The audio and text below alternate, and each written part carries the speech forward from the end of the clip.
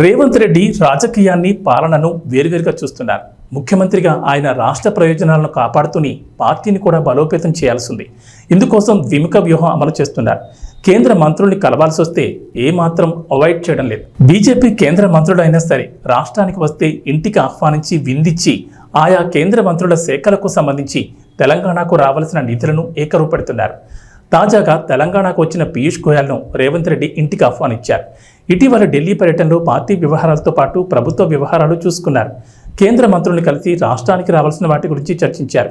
నిజానికి కాంగ్రెస్ సీఎంగా ఉండి ఇలా బీజేపీతో కేంద్ర మంత్రులతో సన్నిహితంగా వ్యవహరిస్తున్నట్లుగా కనిపించడం రేవంత్ రెడ్డికి రిస్కే.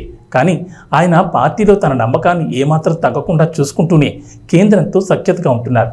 ఎన్నికల హామీలు నెరవేర్చాలంటే ఎంతో కొంత కేంద్రం సహకారం తప్పనిసరి అవుతోంది. రేవంత్ చేస్తున్న రాజకీయం కొంతమంది సీనియర్ నేతలను ఆశ్చర్యానికి గురిచేస్తోంది. రేవంత్ బీజేపీతో బాగా క్లోజ్గా వెళ్ళిపోతున్నాడని వారు హైకమాండ్కి ఫిర్యాదులు చేసే పరిస్థితులు కూడా లేకుండా పోతున్నాయి. ఎందుకంటే హైకమాండ్ దగ్గర కూడా ఆయనకు అంత విశ్వసనీయమైన లీడర్ అనే ముద్ర ఉంది. రేవంత్ ఎలా ఎవరిని నొప్పించకుండా రాజకీయం పాలన చేయడం కాంగ్రెస్ పార్టీ కేడర్ని సంతృప్తిపరుస్తోంది.